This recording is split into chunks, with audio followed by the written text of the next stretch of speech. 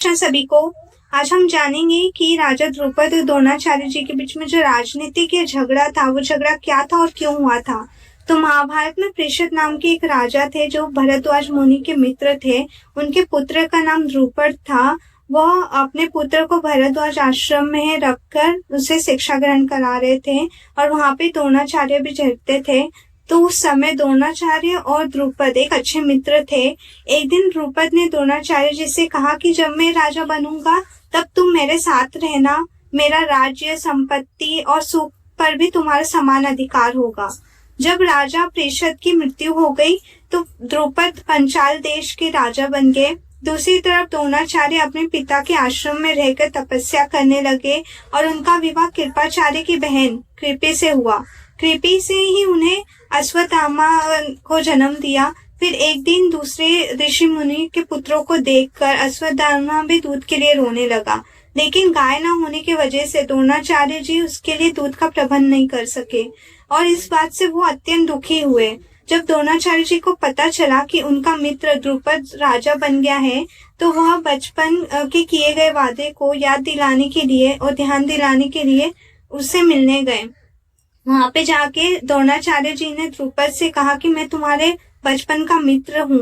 तो द्रोणाचार्य के मुख से ये बात सुनकर राजा द्रुपद ने उनका अपमान किया और कहा कि एक राजा और एक साधारण ब्राह्मण कभी भी मित्र नहीं हो सकते।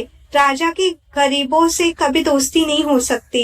द्रुपद की ये बात द्रोणाचार्य जी को अच्छी नहीं लगी और वे किसी तरह द्रुपद से अपने अपमान का बदला लेने के लिए सोचने लगे और यही सोचते हुए वो हस्तिनापुर आ गए। यहाँ रह के कुछ दिनों तक वो गुप्त रूप से कृपाचार्य जी के घर में रहे। एक दिन युधिष्ठिर और राजकुमार एक मैदान में गेंद खेल रहे थे। तभी गेंद एक गहरे कुएं में जाके गिर गया। गिरने के बाद राजकुमारों ने उस गेंद को निकालने की काफी कोशिश की, काफी प्रयास की, पर वो गेंद निकला नहीं। तो राजकुमारों को गेंद निकालते और असफल होते हुए द्रोणाचार्य जी देख रहे थे। उन्होंने राजकुमारों से कहा कि मैं तुम्हारी गेंद निकाल देता हूँ, तुम मेरे लिए भोजन का प्रबंध कर दो।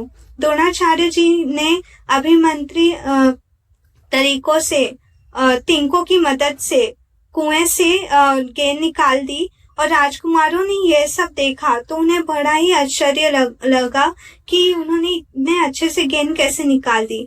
तो उन्होंने यह बात जाके अपने पितामह भीष्म जी को बताई। तो उस समय ये बात जानकर भीष्म जी समझ गए कि जरूर द्रोणाचार्य जी होंगे। भीष्म जी ने द्रोणाचार्य जी को आदर पूर्वक हस्तिनापुर लेकर आए और उनपे कौरवों और पांडवों को अस्त्र विद्या सिखाने की जिम्मेदारी सौंप दी। जब कौरवों और पांडवों ने अस्त्र विद्या सीख ली, उनकी शिक्षा पूर्ण हुई, तो द्रोणाचार्य जी ने कहा कि तुम द्रुपद को, जो पंचाल देश के राजा हैं, उन्हें लेकर आओ मेरे पास। यही मेरी दक्षिणा होगी, गुरु दक्षिणा होगी।